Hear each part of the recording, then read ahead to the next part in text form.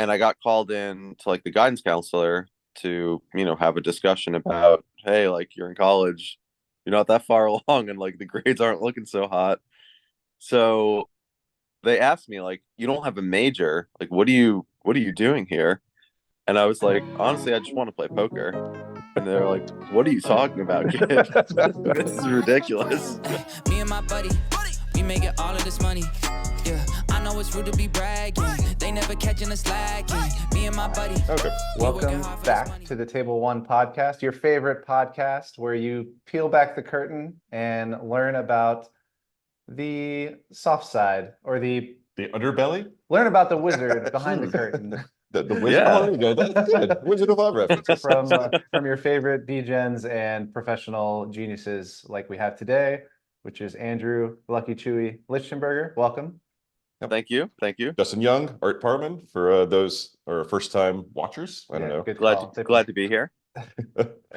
Glad to have you. So what we like to start off doing on this pod is dive back in time to young Chewy and see what were you going to become before you saw that first party poker commercial on TV? Maybe homeless. I really don't know. I was working at a bowling alley hosting birthday parties for kids that were like under the age of 8. So you can just imagine me as a teenager trying to corral like, 37-year-olds to, okay, now we got to put our names in for the bowling. Okay, now we got to go eat pizza. And it wasn't a good look. It was not my calling in life. So you were that young when like you just kind of like dove into poker and like discovered poker. That was your jam. Kind of, yeah. So this was like end of high school, and my boss at the bowling alley and a guy who ran like the pro shop, which is where you like buy a ball and then they measure your fingers and drill it and stuff. They would like split action and play 2-4 limit on party and try to hit the bad beat jackpot. So I got introduced to poker there, which coincided with the moneymaker era.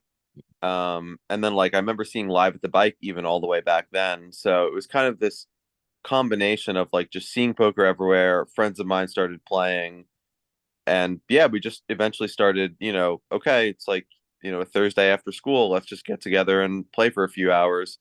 And then guys started running tournaments on the weekends. I remember a couple of guys ran like a tournament where they had like 3 different flights at different houses with multiple tables.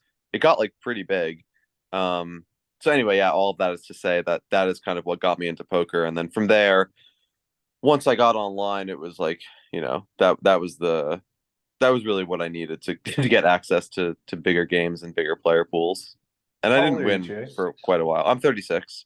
Oh, okay. So we're the same. Well, I'm 37, but always thought you were a little bit younger for some reason.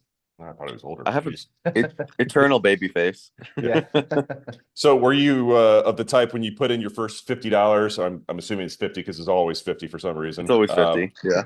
Onto party poker or whatever it was. Like, did you just take it to the moon, or were you of the stretch of where you lost for a while and kept on putting 50s on there? I lost for the first probably like 18 months that I played, but not like straight downhill. It was like, okay, win a little bit, lose a little bit, win a little bit, go on tilt, like bust the account kind of thing. I trained myself pretty, I guess, harshly to not play bad. Like I would get really angry at myself if I made what I thought were like bad plays. I would like hit the desk, like don't do that, which is not what you'd probably expect of me, but I kind of got it all out of my system early. So yeah, I have a friend that used to punch himself in the side of the head when he made a mistake, just repeatedly like that.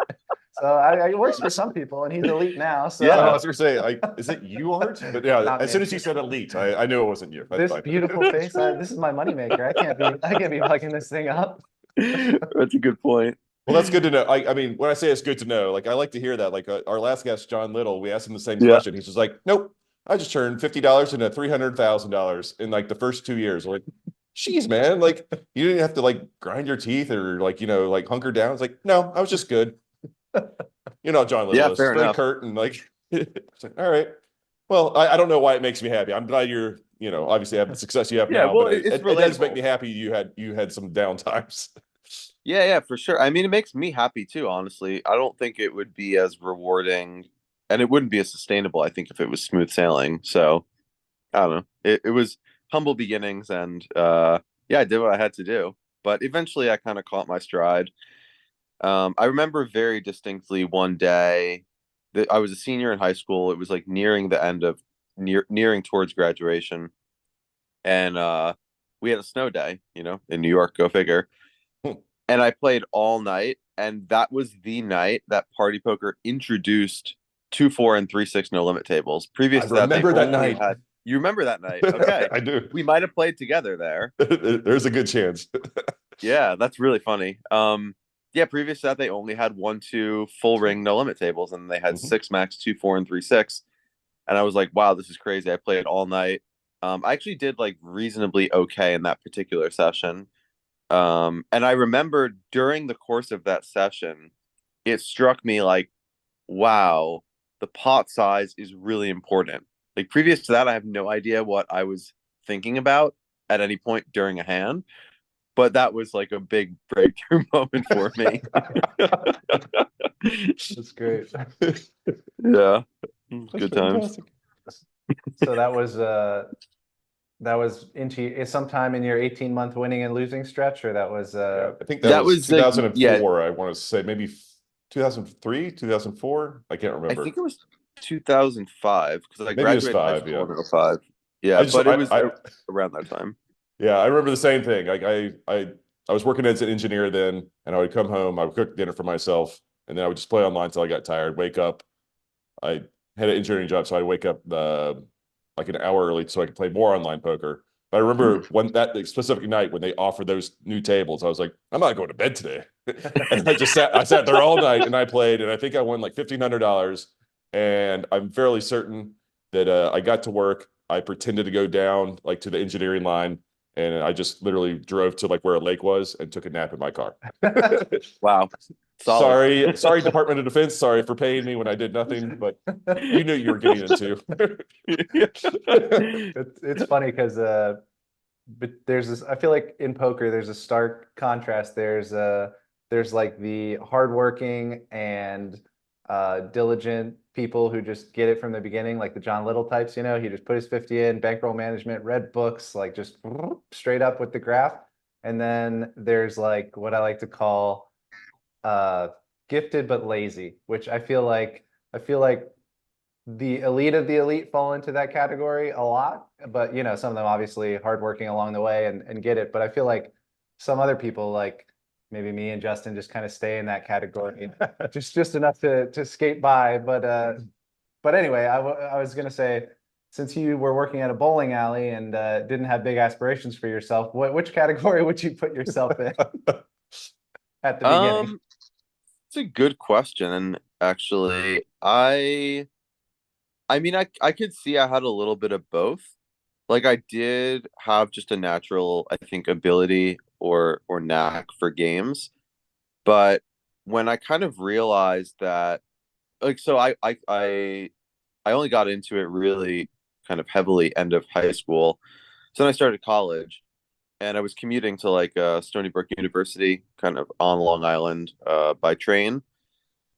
And I kind of just quickly realized like this sucks in comparison to poker. So then it kind of hit me like if I want to take this seriously, I really need to buckle down and like figure out how to make it work. So that's where I started, I guess, becoming a lot more disciplined and really trying to figure out like, can I do this like professionally? And if so, like, what does it take? Cool. Did you graduate from Stony Brook? No, I went to, so it's actually quite funny. The first semester, I was like, all right, I'm in college. Like, I'm taking this serious. I'm doing my thing. But that quickly like faded. And the second semester, my grades like shot down a lot. And I got called in to like the guidance counselor to, have a discussion about, hey, like you're in college, you're not that far along, and like the grades aren't looking so hot. So they asked me like, "You don't have a major. Like, what are you doing here?" And I was like, "Honestly, I just want to play poker." And they're like, "What are you talking about, kid? This is ridiculous." So yeah, I didn't. I completed one more semester, but that was like very haphazard. And I remember it's quite funny. I had a math teacher who he for some reason he thought it was funny to write. This is like a lecture hall of, like kids. He thought it was funny to always kind of come back to this idea of big over big does not equal one. I guess some people thought like if there's two big numbers, you can just reduce it to one. And I just trolled him on the final exam and like wrote that a bunch of spots. Wow. So that was your mic drop. Fuck you. Fuck It you. felt You're that way. cool. I'm out. Yeah. But I actually thought he would think it's funny, even though he would have to fail me because like I just didn't take the test seriously. That's great. So Yeah, it was good times.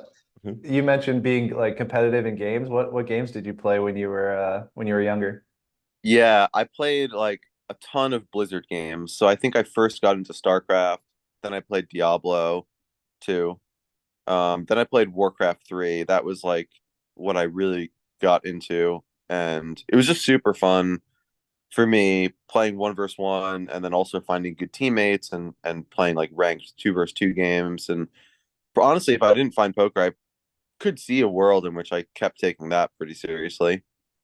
Yeah, I used to grind the Warcraft 3 myself, and now that they have good players that play and you could just watch them play. I watch what's his name? Grubby, remember him? 4K No, I Grubby. never really got into watching it. Oh I well, know my brother watches it a bit. he was a elite player, and now he's probably the best, most popular streamer of that game on there. From Oh, time to cool. time, I'll watch it. He's from the Netherlands, I think. Nice. Anyway, so so you thought you could have been competitive in gaming, and then once you saw gamifying poker, that was the next level for you? Yeah, I mean, I think just the practical element of at that time, right? Like streaming wasn't really much of a thing, and I don't think there were many people who were playing those kinds of games and making a living. I'm sure there were some, but it was, I guess, more like chess or something where you have to be super top elite to make it work. Yeah, there was no Uh, non-Korean professionals really. It was just like yeah. in Korea or nowhere. But I think just because, you'd be looked at as just like a mega nerd in America, and Americans want to get laid when they start to get of age. So Yeah, I mean, I was they already go a mega away. nerd. I wasn't fooling anyone, so So what I was could have fit the bill in that respect. so what you all right, so you might dropped out of college. What was your I guess breakout moment? I know you have, almost 20 million in live earnings, but being an online starter, what was your breakout moment? Yeah, I guess there were a couple. So I kind of, first found poker, was dabbling in just like different games. I didn't really know what I kind of wanted to pursue. Then I found like six max cash games. I'm like, all right, this seems like my thing. Um, I remember this is worth mentioning. So before I kind of fully stopped playing the Blizzard type games, I believe I was playing World of Warcraft at this time, and I would just like be multi-tabling World of Warcraft and like one table of 25 cent, 50 cent, no limit. So I'd hear the ding. I would minimize the game, quickly take an action, then bring the game back. You're multi-tabling That's great. poker and World of Multi-gaming. Warcraft. Yeah, multi-gaming. Yeah. There we go. So obviously that didn't really last very long when I kind of realized the focus that poker required of me. And then where did I go from there? So yeah, I guess I just like kind of kept steadily moving up the stakes. I found 2+2 at some previous point to this, and that was honestly like invaluable. Um, and then yeah, I was able to kind of like just find all these old threads and look through the archives of guys who, had pretty humble beginnings themselves and then had eventually gone on to become crushers. Like Strasser was one, Jason Strasser. Um, El Diablo was another. I don't know if you guys were part of this community much, but he's No, but still around. I think he works in tech. And then there was a third guy, Kane Kung Fu, which is a pretty funny name. And yeah, these guys were just like, weirdly like sort of mentors for me because they had so much content written, even though I didn't have like much interactive experience with them back in this time period. Um, yeah, it was just really amazing to be able to look through and see almost an endless amount of hands where they'd commented, shared their thoughts, and in many ways, like I have this new startup, right, Octopi Poker, and I kind of want to bring back that culture of like, the elder people helping the younger people. And for some reason, that just kind of evaporated in poker. But I think that that's really what it's all about. It creates awesome community and it's sustainable and it just makes sense. And also, it just impacted me so positively. Yeah, Um, I agree with that. I was a member on it was actually a StarCraft to poker conversion forum, mm, liquidpoker.net. And I yeah, I yeah, had never played StarCraft. That would happen to be the first poker forum that I came across, and it was like a smaller community, smaller version of 2+2 kind of. And same thing. A couple of my real life friends now were members on that community, but it's dead now. So I agree. got you. Having something relaunched like that would be really helpful for a lot of different reasons. Yeah. Yeah, and it's just fun. Clay was a part of that community, right? Yeah. Clay and Andre maybe as well. I think so. Andre, I forgot about Andre. Yeah, and I haven't seen. Yeah, Joey Ingram was on there originally too. really. Yeah. Wow. But Eric Lou. Eric Liu, yeah. Hmm. A lot of big Yeah, successful people came off of there. And then I yeah. was in there somewhere too. Another group like that. Well, you're pretty successful, pal. Another group was Something Awful. I don't know if you ever heard of that forum. Mm-mm. That was like Jason Somerville, Steve O'Dwyer, Leo Wolpert. Like a lot of guys came from there, and there were a lot of these little subcultures where just happened to be like guys that were committed to play, just ended up in the same spot. Mm-hmm. Nice. So we'll get back to Octopi Poker because I actually do want to get into that, but I want to Sure, still yeah. follow Andrew through his life a little bit. So at some point you turn 21, you can play live poker. I imagine that's kind Yes. of exciting for you. Yes, I'll tell you. So on my 18th birthday, somewhere in the midst of all of this, my dad was like, "Hey, you like poker? Do you want to go to Turning Stone?" I was like, "Sure, that sounds great." So myself and one of my friends and I, drove up with my dad to Turning Stone. Previous to the trip, I was like, "Wow, this is so sick! I'm going to a casino to play poker." I'm like over the moon excited. And I decide that what I'll do to sort of commemorate this experience is so I don't know that much about poker in general, but I've seen a few times on TV. And Esfandiari is just like quite captivating, right? He's got a lot of charisma. So I was like, I'm gonna buy a shirt so I can feel like him because like he's the guy to be if I'm going to a casino to play poker. So I bought like a black button down shirt. We went to Turning Stone and I basically just played like 20 straight hours. And I can even remember some hands from back then. It was like so memorable. I was just so excited. Um I love it. anyway, yeah. You're So a then I method keep acting Esfandiari. Yeah, When you that's first great. said that, I thought it was going to be like a shirt with his face on it. no, no, no. I didn't want to stand out that much. Um yeah, wow, I can really ramble on for a while. So let me think here. So I'm playing online. Uh, Even previous to turning 21, some other good tidbits that you guys might enjoy. So I ended up after a different Turning Stone trip, connecting with Steve Silverman and Dan Smith, and they were both kind of looking to move out of. They had been in College Park, attending University of Maryland, and they're both kind of interested in moving out. So I'm like, okay, yeah, I'm kind of at the phase in my life where I'm ready to move out too. And we all end up getting a place in Belmar in New Jersey on like the Jersey Shore. So we stayed there for like a summer. That was super fun. And then we ended up getting a place in Bethesda right outside of DC for a year. And then towards the end of that, stint, I turned 21 and came to Vegas and kind of just did pretty well in everything I played in the early goings. And part of it was definitely like just variance shining on me. But another part of it was I was already at that point competing in like pretty high stakes games online. So, the live games were probably quite a bit behind the times. And I was just like this completely psychotically aggressive young kid that had no conception of the value of a dollar or whatever. And yeah, it just ended up being like a pretty effective style back then. So So you didn't arguably have still is any, today. you didn't find any like hard transition. I know you played Turning Stone a handful of times, but there was no transition going into live from like playing online for you or anything. Mm, honestly, no, not really. I Nice. think probably so I played a lot of live poker.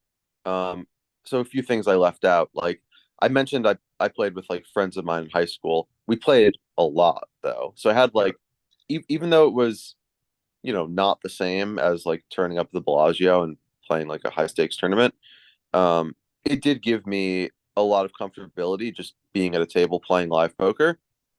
And there was a card club maybe like 30 or 45 minutes from where I grew up.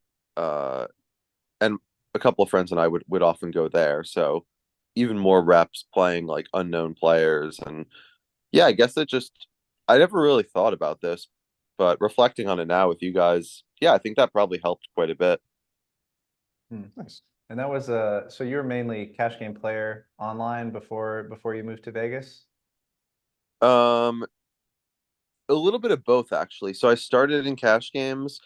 I remember actually a guy who's not really around anymore. His name was Ben Strade.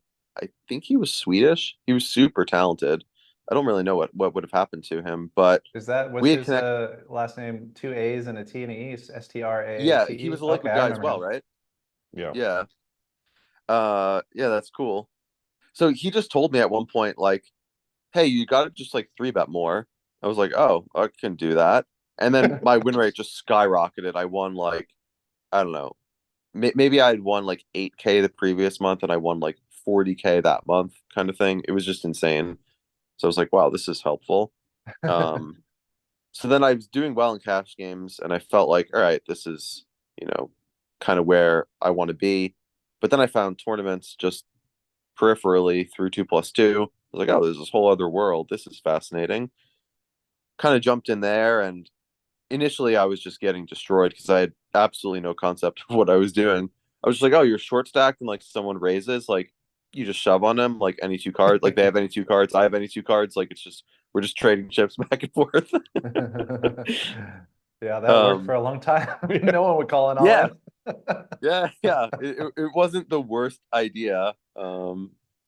Certainly could have been a little more tactful, but yeah, from there I kind of I lost most of what I'd won in cash games. Maybe I had like, let's say at this point I was 19 or 20 and I had maybe accrued somewhat of like a high five-figure bankroll, and then I torched like more than half of it trying to learn tournaments, but then eventually kind of came back. I won a PCA seat, and then like the same week I placed high in some like $300 tournament for maybe like 15 or 20K, and then I got third, I think, in an F Tops event for like 100, and then I was kind of cruising from there. And I've had plenty of ups and downs since then, but that was like really what got me going. And then eventually meeting Steve and Dan and kind of being able to have like more of a in-person hive mind of like, okay, we have similar ideas about poker, and then some of our ideas are different, and let's treat it kind of like a profession, even though we're degenerate young kids. Yeah. Try to improve. So You were friends with Aaron Jones too, right? yep, Aaron was very early mentor of mine as well. He never really got into tournaments as much, but he helped me a lot in Six Max Cash and in Heads Up and Villains. I remember his videos back on Card Runners back in the day. And I think you had a couple on there too, right? Yeah, he had Lego Poker, which was That's right. um, it was a training site that existed for some period of time. Actually, Ivy eventually bought it and turned it into Ivy Poker um, Okay. at some future date. But yeah, Aaron was incredibly helpful. We recorded a thing together, the memoirs of A.E. Jones that he paid me a bit to kind of like help out with, but it was, really his project. But people will still occasionally mention this to me. It was quite funny. I mean, it's very early, very rudimentary poker kind of ideas. It's like theory of poker Skolansky stuff with a twist of okay, where actually playing like a different player pool and here's some things that work kind of thing. Yeah, I remember both of you, or mostly, I mean, Aaron is just really funny on his videos, but he had a unique teaching style, I guess I should say. I liked it was more street poker, it felt like when he was teaching. Yeah, So, and then definitely. I guess he just disappeared to DFS and never looked back. But yeah, Pretty no, much. where were we? Sorry, so you wanted to do teaching content basically ever since you started. It sounds like you were pretty young and already in those streets. Kind of, yeah. I mean, I honestly think that it really all stems from 2+2. Like having gotten access to people that were willing to share information. I mean, I just know for sure it would have at the very least taken me a lot longer to become competent at poker. And I guess that just influenced me to want to then teach others. And yeah, it started with Lego. I did make a card runners video back in the day, and I had a few other places where I would, make content from time to time. But yeah, that was the gist of it around that time frame. What did they pay you back then for those videos, if you don't mind sharing? I'm It's a curious great what people. no, it's a great question. I honestly I want to say somewhere between like 300 and 500 a video. That's not too bad. Nothing crazy. Yeah. All Yeah. right. Where should we go next? Well, I want to get into when I don't know. I remember when you came on the scene because I feel like it was the same time that a lot of people came on the scene. Like I'm not saying they had similar stories to yours, but I feel like Frost Jockas, the Amax, like, these Hmm. people all kind of came Yep. around about the same time, 2007, 2008, where it was a little intimidating as like, even like, I was still youngish at the time, but like it was like all these 21 and 22-year-olds were coming out of the woodworks and they were really good at poker and it was really hard to play against all you guys. But like I kind of just want to hear about, I don't know, at least like your first kind of couple years into live MTTs and like, I'm sure I know Hmm. you had success early on, but like kind of how that changed your life, I guess. Yeah, that's a good question.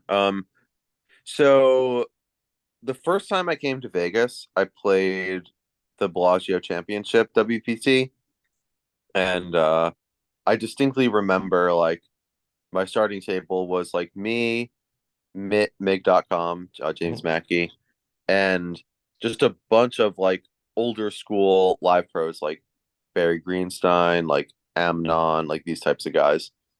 And it was it was very interesting because I'd grown up, seeing the old WPT episodes and high stakes poker.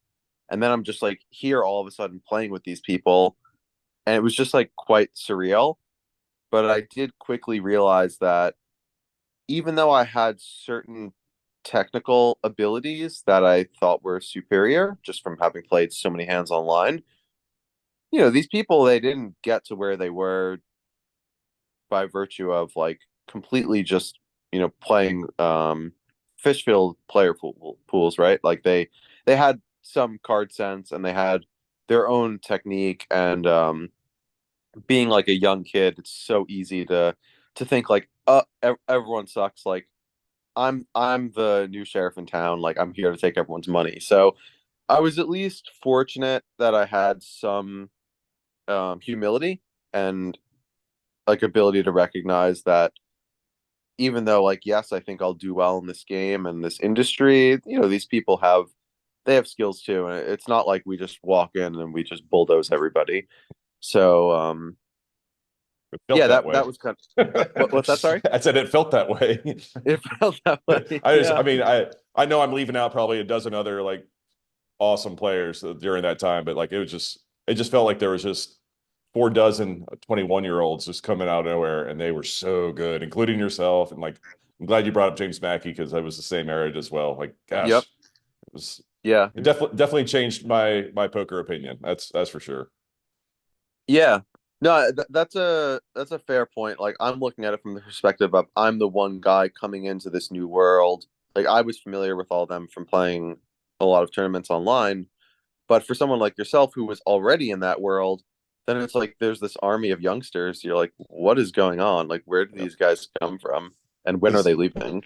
Because like before that, I consider myself that. I mean, I'm like 7 years older than you, but like, you know, like I got into poker maybe professionally like 3 years before, you know, you got on the scene. And like I was like, oh, I'm the new sheriff. And like I had that ego or whatever. And I got kind of smacked down a bit. That's well, I should have. And kind of found my place or, you know, my avenue. But then gosh, it seemed like probably because a lot of you guys started when you were 17, 18 playing online.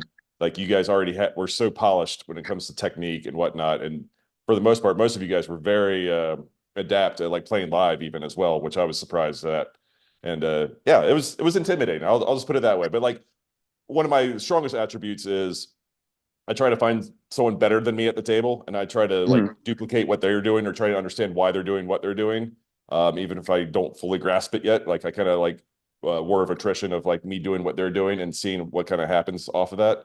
I like that. But yeah, but at the same point, like I mean, without you guys, like I mean, not that I'm good at poker, but like you guys made me a lot better at poker. I'll put it that way, and it really showed because like around 2008 and 9 and 10, I started having success as well, and not it's mainly by watching a lot of you guys come up. Interesting. Yeah. Well, I think you're being a bit humble. Obviously, you know, you're not really a slouch. Super humble. Probably the humblest guy I know. That checks out then. Let me see if I can think of like kind of what comes next. Okay, so I came out, I had that successful experience playing that tournament. I got like 13th or something. This was the one that Yevgeny won. This was like, yeah, many years ago. It was actually kind of cool. I was staying with Christian Harder, and we both made like day 5 or something absurd. It was like really high morale experience for our first time playing a high stakes tournament in Vegas. So then I went back to the East Coast. Or actually, I think I went to Monaco after that, and I was all high and mighty from my big win in Vegas, and you know, subsequently torched most of the money back. Then I went back to the East Coast, and then our lease would have ended in Bethesda. I came out to Vegas to play the World Series. This was 2009, and yeah, I just had like really great experience. Played 10 tournaments, cashed in 5, got second in a 5K shootout, and then 18th in the main event. So that was really kind of what got me going from. Yeah, that's a nice summer. Yeah.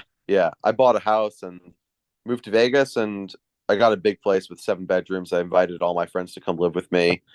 And yeah, that was really like kind of what set me on the path of kind of my poker career that, yeah, I'm still very much on the path of and still in Vegas. So that was good times. That sounds like pretty good times. I mean, that's a nice nice springboard there. So that was the big moment, and it's nice that it's kind of obviously ups and downs along the way, but it's still rolling that snowball. So that's good. Yeah.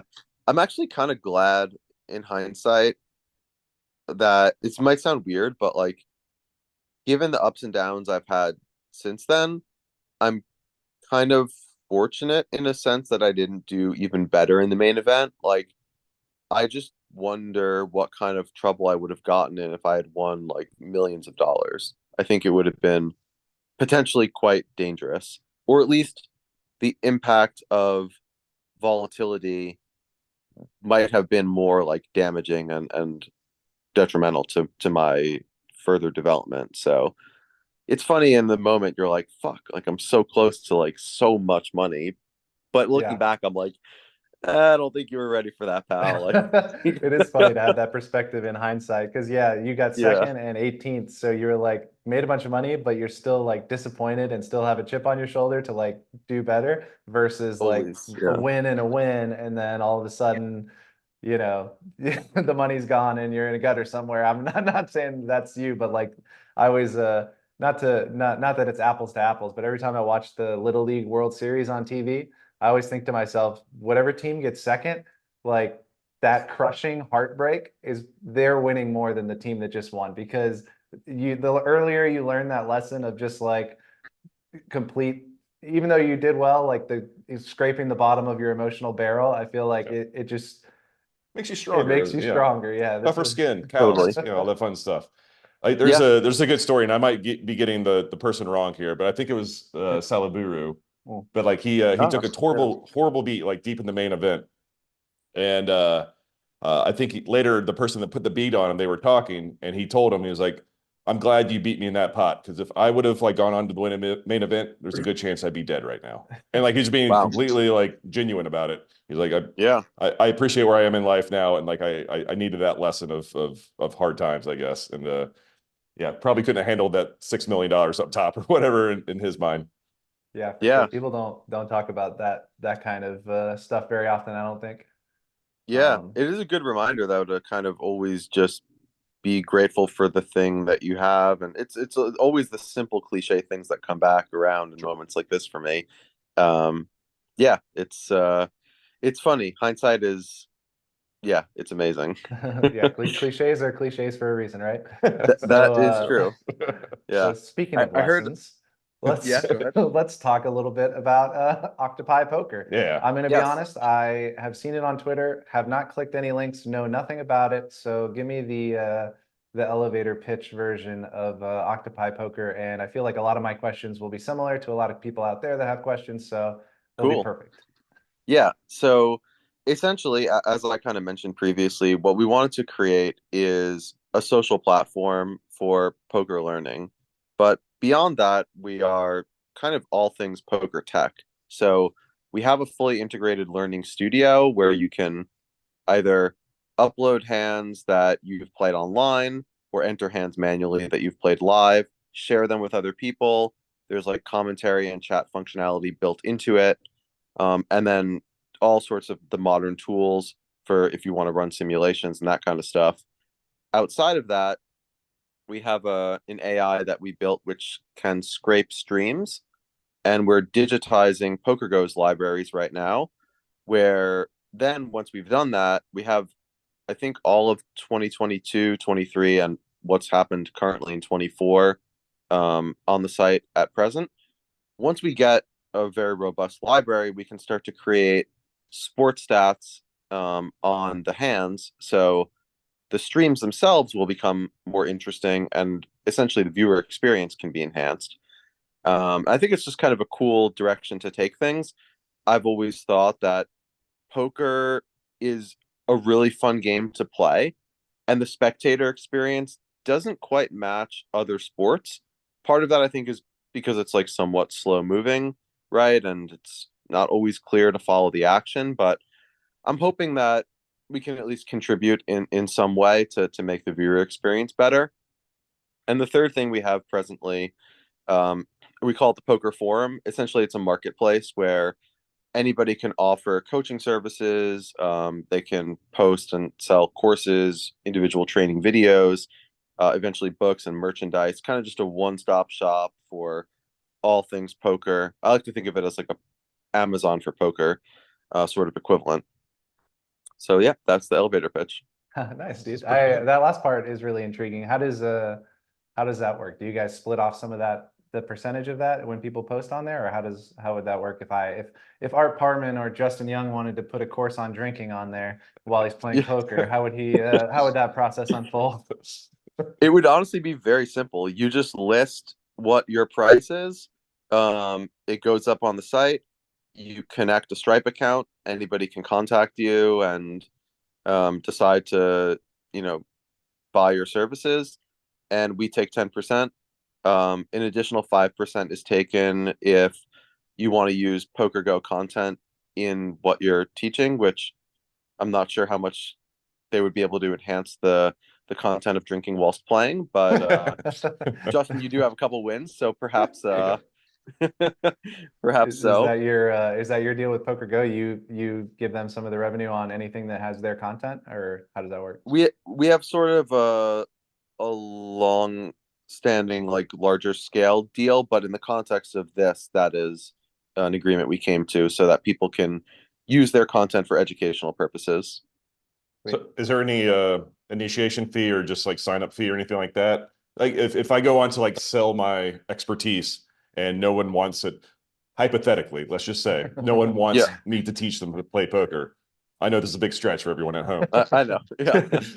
But like there's no punishment, no nothing. Like I don't owe you guys $20 a month or anything like that. Oh, that's great. All Nope. right. Yeah.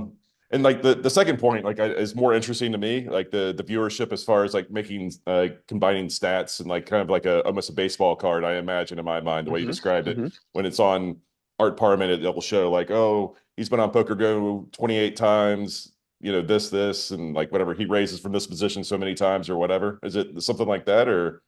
It's a good question. So we haven't fully fleshed out exactly what these stats will be. It's kind of still up in the air, but as we get these hands into the database, we call it poker base. It's kind of in some ways, in many ways, affectionately modeled after chess base, which is a similar idea for kind of all games that have been played in chess and allows the exploration and celebration of kind of greatness in chess. So yeah, in poker, we just called it poker base, but um yeah, we can really do whatever we want once the hands are in the database. But I think what will be most interesting is to kind of take statistics based on kind of common questions that people have. Like one one thing that came to mind one day is like ability to convert chip lead into win, or like how often do you effectively bluff,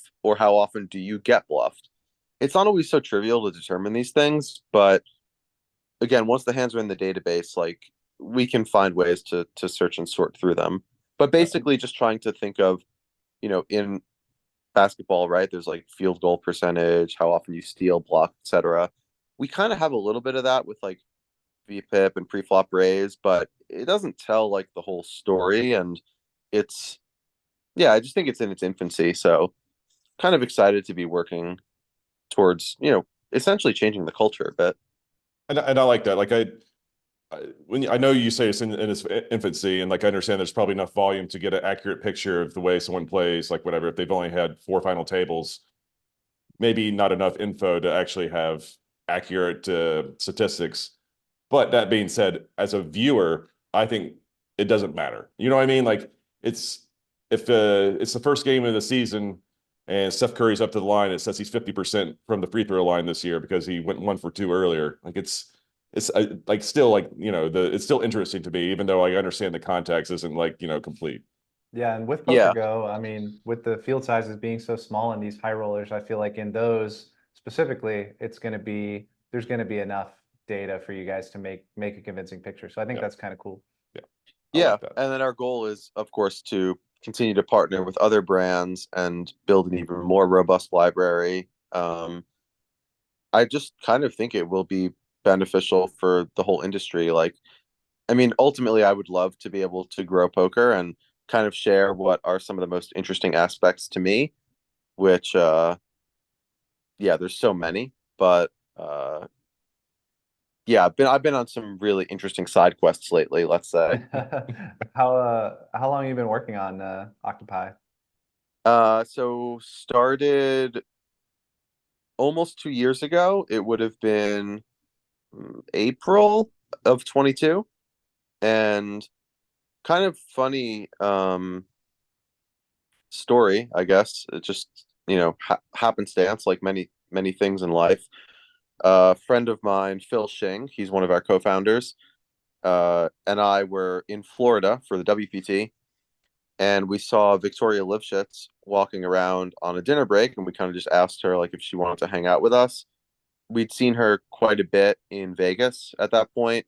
She played the series, she played like a bunch of stuff at Bellagio, Win, and we had some rapport, but we hadn't really gotten to know each other. So we start chatting. Um, She comes from tech. She successfully IPO'd a cloud computing company and was really avidly pursuing poker at that point in her life, and still is. And yeah, kind of one thing led to another.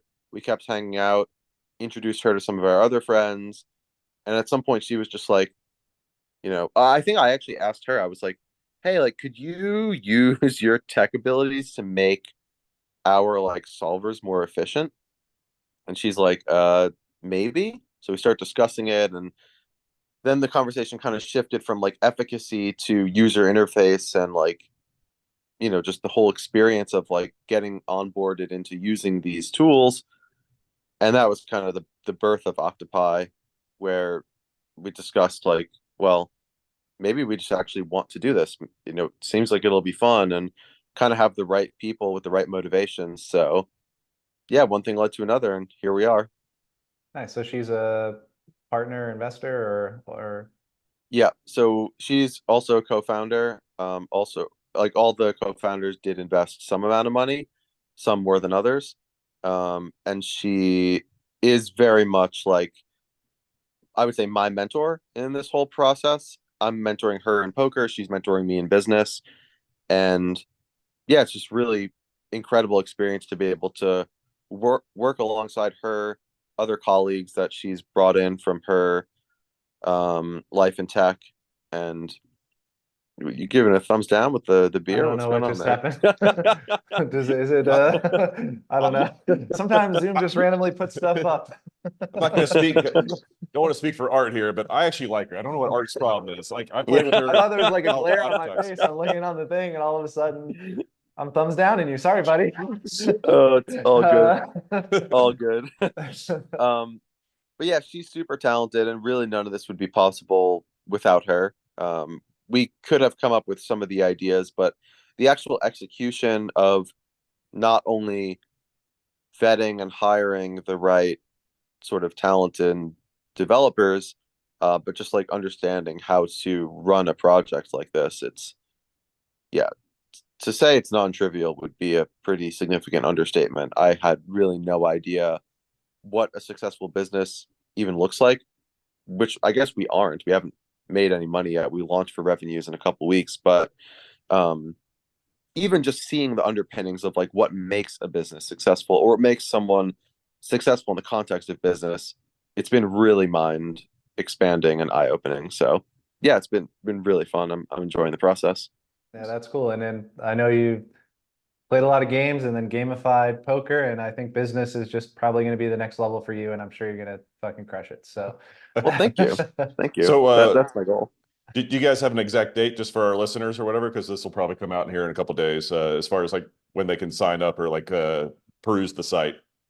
Yeah, so currently the site is just open for beta. Everything that we have is on display for free. We are waiting on a few sort of pivotal upgrades, which will mark the launch of our revenue release. I don't know exactly when that will happen. We kind of have steadily pushed it back over time as it's like, oh, well, this one other thing, like, Yeah. oh, it'd be so sweet if we just got this done. Oh, it's going to take another week. Another week. So, yeah, more than likely it'll be in a couple of weeks. The first week of March is kind of what we're thinking, but there's not a definitive date. But if people do sign up for the beta, they can go and kind of just check everything out. Nice. And then once their email is part of the system, once we launch, we'll be making social posts and emails will get sent out and whatnot. and That's great. what's the exact site for people that don't know? Octopipoker.ai. Okay. Octopipoker.ai. Love it.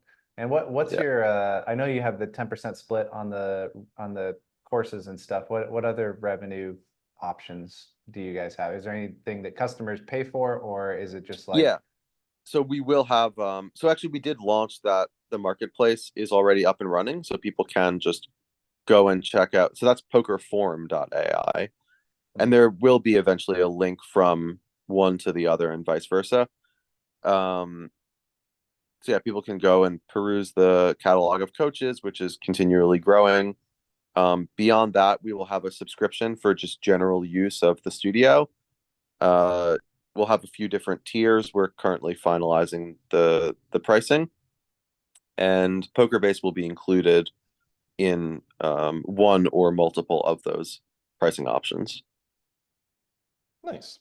So let's talk more about future Chewy. Like, Sure. I understand like the Octopi is going to take up quite a bit of your time, but lucky for you, there's not a high roller every single day. So like, I'm sure you can find time to do that part. As far as like poker stuff coming up for yourself as tournaments, what are you looking forward to between now, the whole year of 2024? Let's go. Yeah. So they just released the World Series schedule this morning. I was looking through that. I'm excited to kind of play a little bit of a different schedule. As you mentioned, I have other obligations now. My wife and I are also trying to have a child, so Nice. hopefully that goes well, and I will have even less time to spend on other frivolous things. But yeah, I'll play all the Poker Go stuff, and I'll play all the big stuff at the series. I don't anticipate traveling that much this year. It just doesn't seem to make a ton of sense. But I did go to my first Triton event last year, and I got properly hazed in my first Triton outing, so I need to get back out there at some point and yeah, recoup some of my lost dollars. But other than that, yeah, I don't really play too much online anymore. Occasionally I'll jump in a game or two if I, feel the itch, but yeah, I think I'll just kind of take it easy and prioritize quality over quantity for one of the first times in my life poker related. That's cool. And Justin's not selfish enough to ask this, but I'll ask it for him. He's going on Poker Go today to play the 100K buy-in, 100K on the side. I don't know. You tell him the structure, and he wants your advice on how to play better. I do. If there's any way you can actually put on a Justin mask and just go up and play for me, that'd be great. But either way, so the format's similar to the Clash of Titans last year, where it was $1 million buy-in, Yeah, and they all put up 100K side bets. This is a bit watered down, but it's also changed percentage-wise.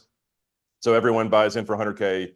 Everyone has 100K secondary bullet if they want, not forced to. But in addition, everyone else has to put up 100K that's put into a side bet. So there's a 3-day escalator style cash game where you play.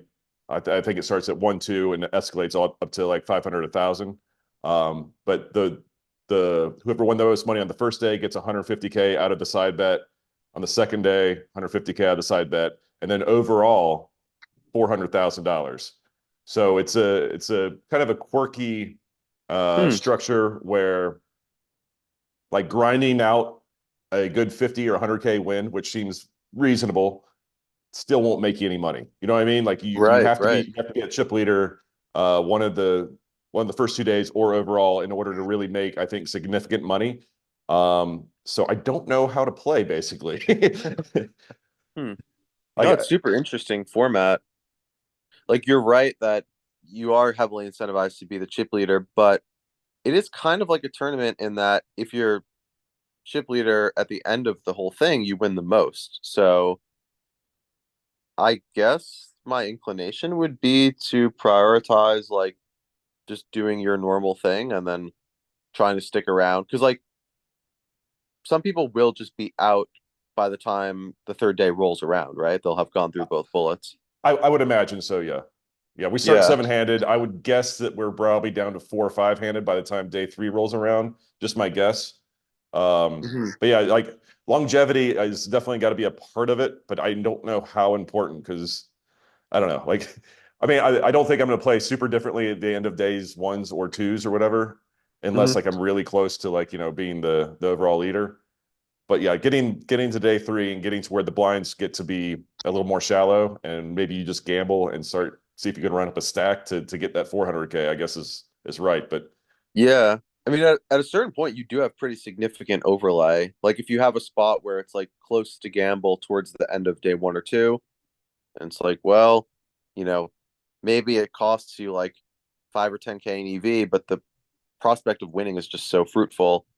Yeah, I don't know. It's fascinating. It'll certainly create some interesting scenarios as it did last time. Yeah, for sure. And like I was hoping because like it plays to me more like a natural just cash game if the side bet was just like 10% of the the buy-in, like, or what I think maybe Right. 20%. Yeah, they had a 500K and a 500K bullet with 100K on the side, where they're like, I don't know, I'm a little intimidated because I've never played anything like this. Like it feels more like a tournament to me, Yeah. but kind of weirdly so. I don't know. Yeah, it's like a tournament where you don't reset the stacks, but you get paid out on 3 separate occasions, Yeah, and it's winner take all. yeah, yeah. There's 3 different like winners basically. I mean, it could be the same person, obviously. Right. But But then yeah, also you're winning and losing, like the tournament chips in that sense have right. cash value. Actual value. Yeah. Yeah. So yeah, like That's really fascinating. I've never tried to conceptualize something like that. yeah, it was organized by Andrew Roble, Mm. who's obviously clearly very good and very intelligent. So Yes, I'm he is. guessing he has a better strategy than me right now. Just do your thing where you watch the smart guy and see what he does. Yeah. You might run yeah. out of time though. It's only Yeah. 3 days. Oh man, good times. Well, I'm excited to watch that. Will it air live today? I was told it's gonna be recorded and then like saved, so I guess not. Like Gotcha. I know last year's was, which is I don't know why they changed it, but Poker goes smarter than me, so they know what they're doing. By the way, I'm nervous. Thank you for your advice, but Yeah, for if you're- sure. I'm optimistic for you. All right, thank you. Awesome. How long have we been going? Are we coming up on your time here? I can't see the clock from where I'm at. Yeah, it's 9:55. Okay, so I guess we should wrap it up. Anything you want to say to the fans where they can follow you other than the new Octopi action? Can follow me on Twitter or X, I guess, at LuckyChewy. That's pretty much it. I'm not like super active or vocal on social media. That might change a bit as I sort of put on my CEO hat and do a bit more promotional stuff. I'll make some content surrounding the site and just generally speaking about things that we're doing. But yeah, that's pretty much it. Yeah, you should be good on promotions. You're on the #1 podcast hosted by Oh, two idiots nice. in the poker world, so you should be fine. It's a niche group we have, but we are #1. You got to niche down. The riches are in the niches, baby. You got to niche down. Fucking love it. I love you guys. You're great. It's always been So a pleasure hanging out and that just playing together. That just leaves one thing that Justin knows what I'm going to ask, and that's something that we have called the Degenerates Agreement, and that's for the Okay. listeners or the viewers watching at home. We make this content, but it's not for free. If you want to see more of it, you gotta like, you gotta subscribe, you gotta leave a comment telling us if you think Justin's going to win the 100K thing or not. And we do read all the comments, so make them as funny as possible, please. And if you're listening this far into the episode, that means you're a true fan, and true fans deserve something special. So you see I have on my T1 t-shirt here. This one's missing the branding on the side, but we do have ones with branding, and we are launching a store where you can buy them. And the promo code DEGEN, DEGEN, will get you, let's say, Are you making this up? let's say 50% off. So I like that. So yeah, if you're watching now and you want a t-shirt to support the brand and to let Justin bust this 100K and not care about it, buy a lot of t-shirts and don't use the code in that case if you want to make money. Do you also have code DEJEN for the real degens who don't even know how to spell it properly? Yeah, it costs double if you type it that way. And a true DJ would have. True degens pay double. Nice. Love that.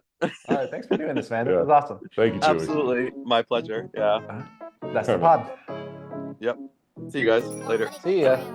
Me and my buddy, we making all of this money. Yeah, I know it's rude to be bragging. They never catching us slacking. Me and my buddy, we working hard.